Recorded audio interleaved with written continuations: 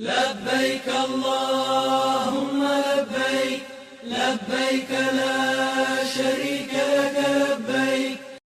So you say somebody else was... No, where does he say himself? Talking. You know, that's one thing, but not only that, it doesn't say that you are God. It says that you're my son, right? And we already established that when there's a reference to a son in the biblical discourse, in the Bible, that could mean a peacemaker, a good person, or anything. It doesn't necessarily mean physical son. So does it make sense to you if I said to you, look, it makes sense. All of the prophets came with one message. So people like Abraham and Moses and all of these prophets, they came with the message that there's only one God worthy of worship. Yeah? Abraham never mentioned the Trinity. Moses never mentioned the Trinity. Noah never mentioned the Trinity. None of these people mentioned that Jesus is God. None of these people in the Old Testament mentioned that the Holy Spirit is God. Well, but if you're talking about so many prophets, good at mathematics? Am I good at it? Yeah? Not that good, no. Okay. Then this might be not a good approach in this conversation. But no, but look, I mean, I'm not saying that because this is the difference between Muslims and Jewish people. Yeah, we agree here again because you're saying that there were prophecies that were predicting the coming of the Messiah. We say fine, no problem. We accept that as well. There must have been such prophecies. Why? Because if after Moses we believe that Jesus was in fact the Messiah. We're not Jewish people who, for example, reject the Messiah. We say no, he's a true Messiah. But what we're asking for is very specific. Did he ever say that he was God? Sure. Because if you look at the book of, for example, easy references, yeah? In the book of John chapter number 5 verse number 30, he says that I don't submit myself to my own will, I submit myself to the Father's will. So here, someone who submits himself to the Father's will, God's will, in an Arabic sense, is called a Muslim. Why? A Muslim is someone who submits his will to God. We believe that all the prophets from that perspective, from that linguistic perspective, were Muslims. So Abraham and Moses and Noah. So you say when Jesus was praying to God, this is a sign for you that he cannot be God? Or you would say if somebody is praying, he cannot be God? Yeah, I mean, he said in the Bible, okay, so the Father is greater than I. Okay, and then what do you say if Allah is praying at any point in the Quran? He never does. Are you sure? Yeah. Okay. Allah is praying. Yeah, praying, yeah, he doesn't. Allah is just the Arabic word for God. Yeah, he knows that. So okay. How is God praying to who? That would be my question for you. Yeah, but it doesn't say anything like this in the Quran. There is nothing. Okay. Well, I have to find out where it was. Maybe what you're referring to is in chapter 33. Well, I had a discussion with someone else about this before, where it says, "Inna Allaha wa malaikatahu yusalluna ala nabis." Yeah, this verse that Allah and His angels send blessings on the messenger. Okay. So just now the word, blessings. Right. So it says, "Sallu alayhi wa sallimu taslima." So here it says, so you guys send blessings upon the Prophet. Now the word salli, yusallu, this verse, this word here, some people might get confused and think, because it means prayer in one way. Some, okay, we're praying to him. No, God doesn't pray to the Prophet Muhammad.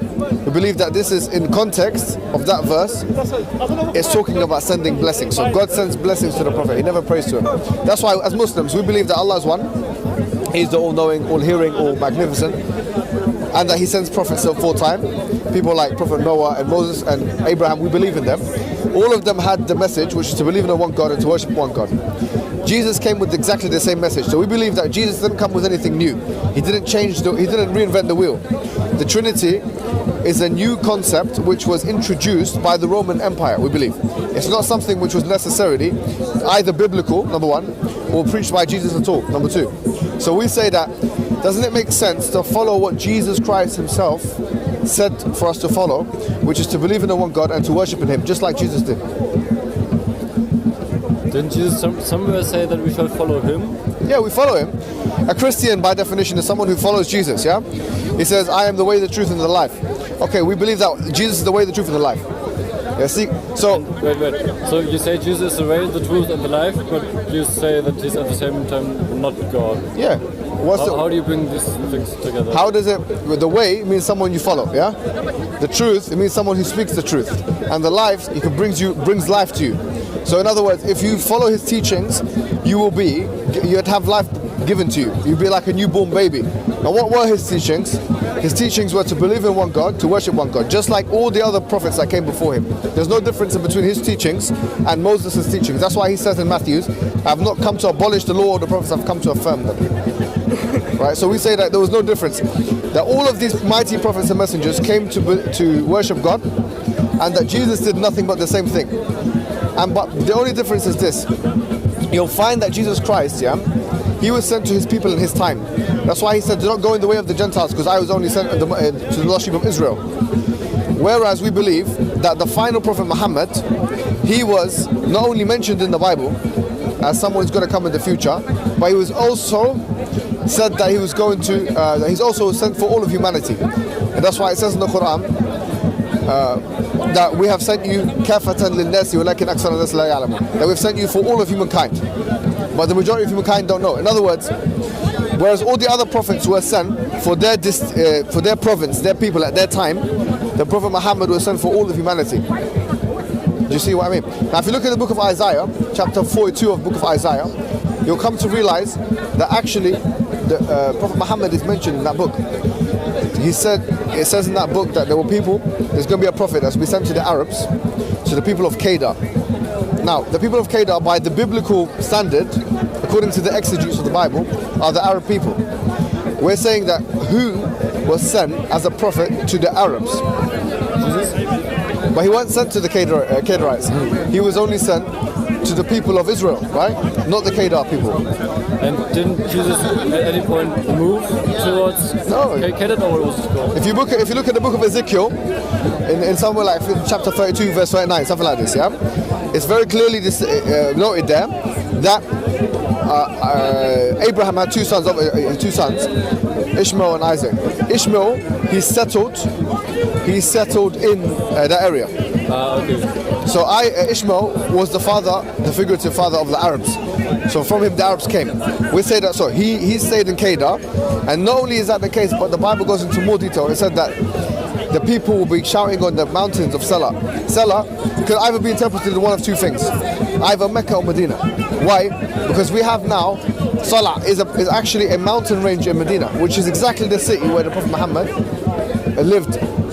So this is, we're saying, is ample evidence from the Bible that Prophet Muhammad is predicted as a final prophet that's going to come and release the people from the shackles of wherever it was that they were. What is the most important thing for you in Islam? It's believing in one God and worshiping one God. Okay. Do you see what I mean?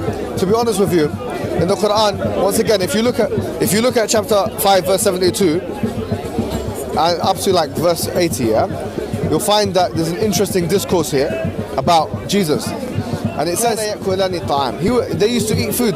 I mean, they were human, mortal creatures. And then it says at the end of that verse, فانظر كيف نبين لهم الآيات ثم انظر كيف أن يؤفكون. Look at how we make the signs very clear for them, and look how then they will turn away. So I hope today, what's your name again, my friend? So, Leonard. Leonard, yeah? Today, what was your name? Muhammad.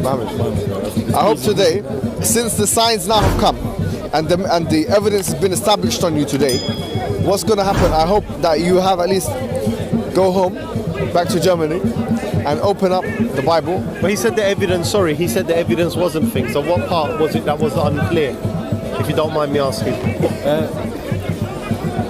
What is your disagreement with what this brother has just said?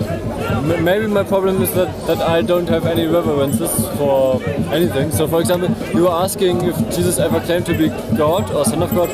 I cannot imagine that Jesus did not, but I don't have any evidences on me right now, so... That's fine. Alright then, in that case what we can do is I can say to you, look, it was a pleasure meeting you. I think the next step for us both is for us to both enlighten our scope of knowledge. You can look into the Quran, read it, and just for the sake of knowledge base, and maybe one day you can meet each other again, yeah? And we'll talk about it. Are you here more often?